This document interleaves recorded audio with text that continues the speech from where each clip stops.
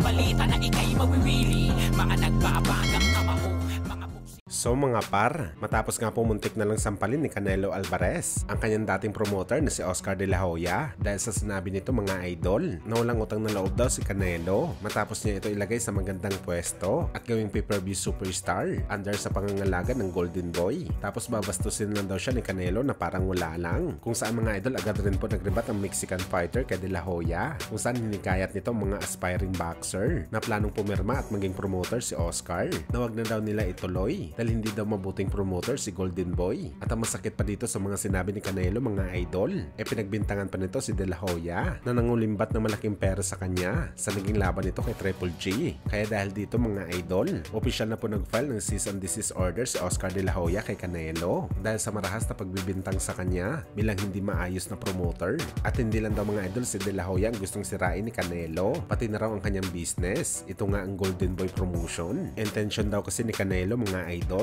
na hikayatin ng mga fighters na wag pumirma sa kanyang promotional company. Nahalatang isa talaga ito sa threat sa kanyang negosyo. Kahit wala naman si Oscar De La Hoya ginagawang mali, wala na expect na nga natin mga idol na ganito na ang mangyayari. Dahil nga dati pa mainit si Canelo at De La Hoya sa isa't isa. Pag sila ang nag-away mga idol, siguradong diretso kaagad sa kasuhan. Kaya abangan na lang natin mga idol ang update patungkol dito.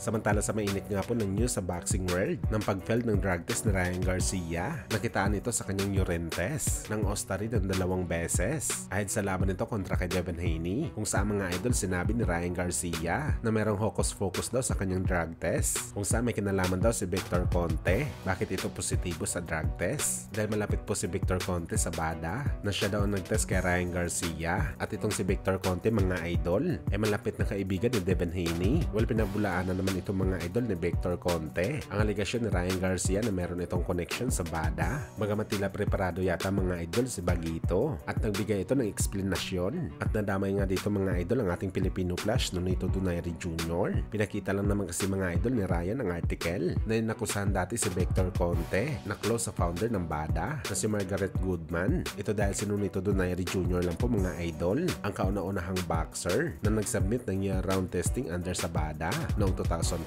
Ito yung mga panahon na Fighter of the Year si Flash. At sa mga hindi nakakaalam mga idol, naging isa rin po si Donaire sa mga kliyente ni Victor Conte. Kaya masasabi ni Ryan mga idol na merong connection talaga si Victor Conte sa Voluntary Anti-Doping Agency.